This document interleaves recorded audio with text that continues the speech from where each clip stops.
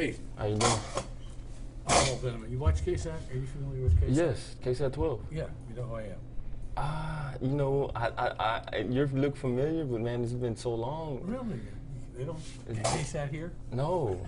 Just a joke. Scoot left just a little bit, Paul. Yeah, there's no Yeah, television. your reflections on it. Okay. Is that better? Yeah. Anyway, I'm a reporter for Channel 12 Right. KSAT in San Antonio. My name is Paul. May I call you Manuel? Yes. Manuel? What do you want, Manuel or Manuel? Manuel's fine. Manuel, okay. That's my name. All right, cool. And I just want to visit with you a little bit. Okay. I mean, yeah. I mean, I assume Huh? that's why you're here. Yeah. How old are you? 34. Okay. You got family in San Antonio? Yes. What kind of mother, father? I have my mom, my older sister, my younger sister, and I got a little brother. Okay. And wife and kids, no? Yes, I do have wife and kids, but they're from Holland.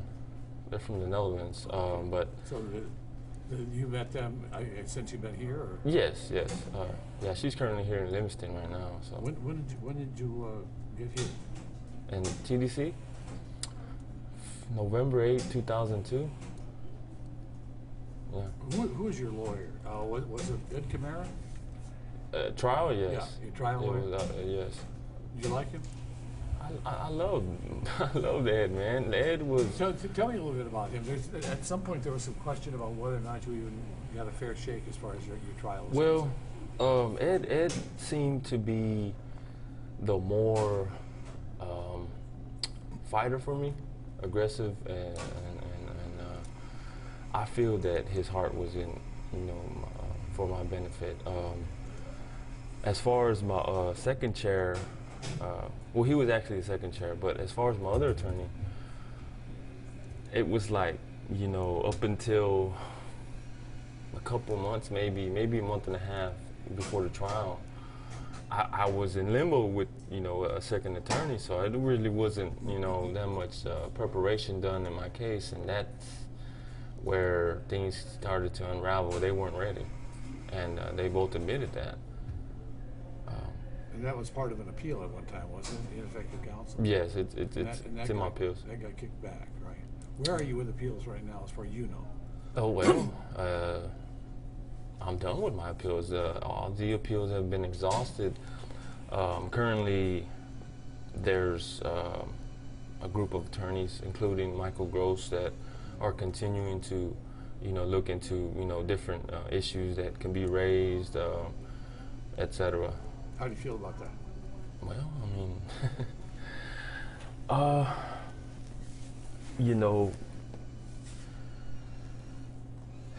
it's hard because, I've seen the misrepresentation of not only my case, but several other cases, how the judges and these courts, it's like they're automatic against us, and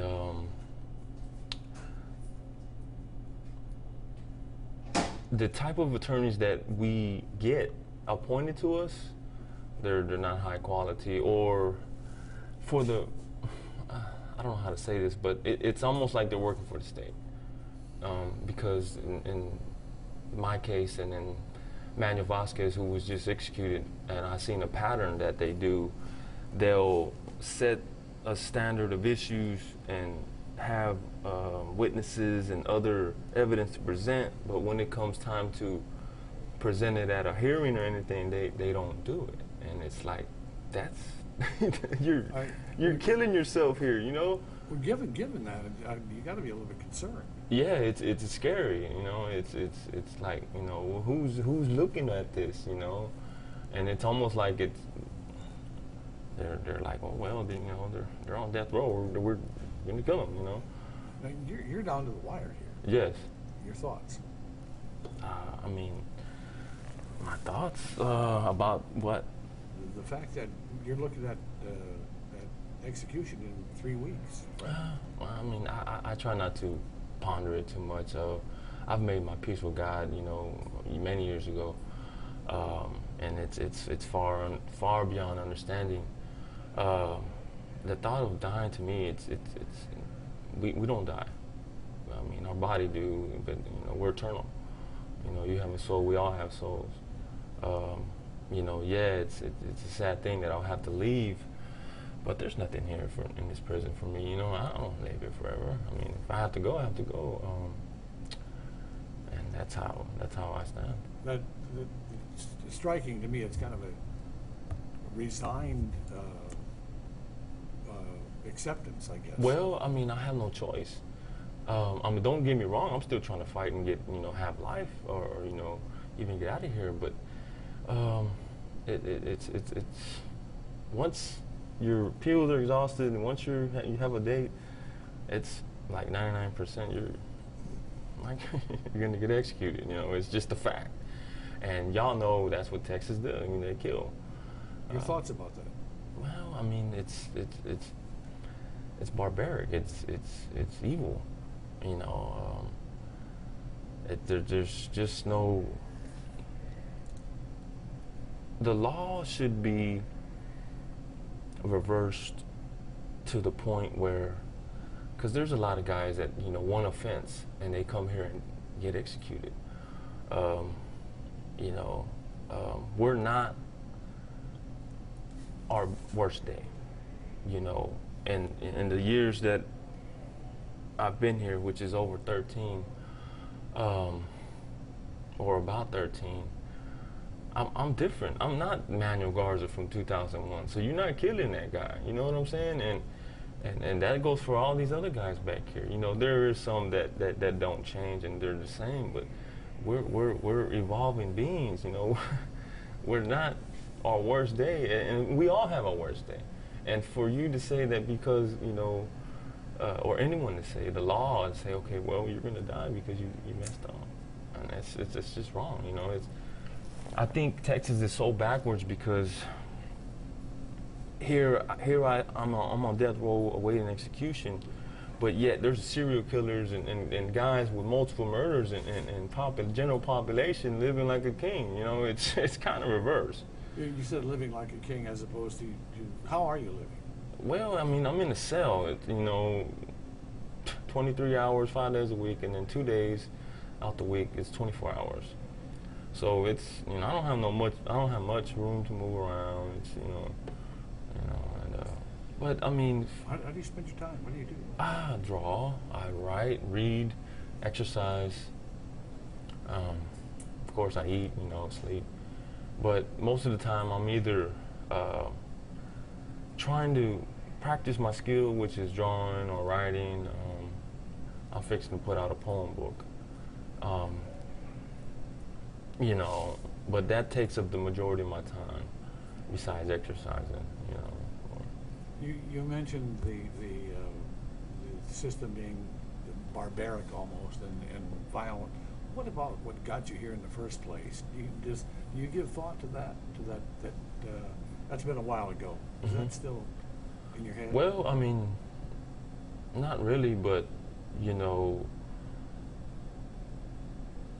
it was like I was forced into that situation. Tell me about it. And that's what people don't realize. Tell me about it. Well, it was February 2nd, 01. It's a cold night. I was dressed to go out. I was going on a double date, and that whole day I spent it at the mall, getting clothes and a haircut, and, the whole nine. I was looking forward to my date, man. And so come the time, we're gonna meet up. I'm from the north side of town, and my ride and the dates, they were from the southwest. So we met up at the northwest side. And so I'm there, and I'm waiting, I'm outside, and it's cold. So I'm walking around, and I see my friend, he's coming in, and I have to go like this way to meet him. But when I do that, when I come out, this cop, he just, hey, he rushes me with his car and jumps out. Hey, what's your name? What are you doing? And as soon as I look, my friend's leaving.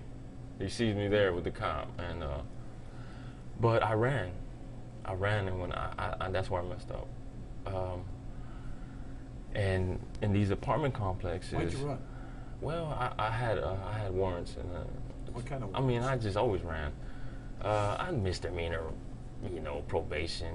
It wasn't nothing. I probably would have done 6 months and got out. But that was just my deal. I always ran. But going toward the back of these apartment complexes, it was like a 12-foot fence, but like a 20-foot drop. So I knew I couldn't. I wasn't gonna make it. So at that point, I surrendered. I turned around, threw my hands up, but he wasn't trying to hear that. That's when he started hitting me, With what? and well, his fist. That first hit did knock me to the ground, and he was on top of me the whole time. So at that point, what was I supposed to do? Just let him beat me up? Do you wish you would have just let him be gentle? Well, I Looking mean, back? no, Yeah. because cops shouldn't do that. I mean, that's not right. I mean, and the dude had the whole history. He had a whole history of that, which wasn't led into court, and which kind of, I think, probably would have went my way if they would have let it in.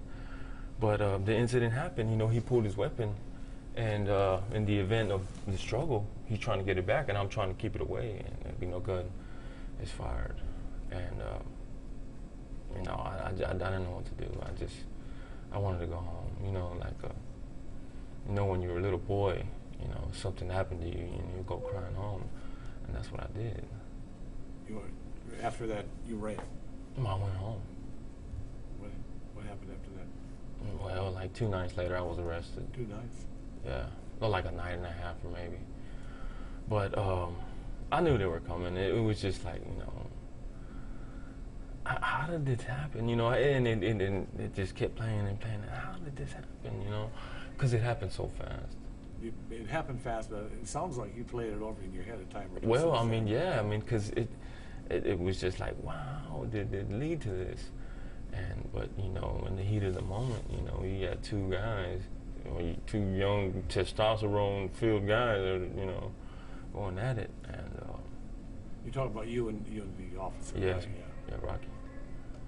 Is you said his name? Are you familiar with him now? Do you think about him, his family? There's the other Of side course, this whole of thing? course. I'm a human. I'm just like you. I have feelings, and yeah, of course. I know he had 2 little babies, a boy and a girl. I'm sure. I'm not, but I grew up without my father, and I know it's very hard. I didn't get over my father's death maybe 7, 8 years after he died, and it's a hard deal. So I have sympathy there. It's not something I want anybody to go through.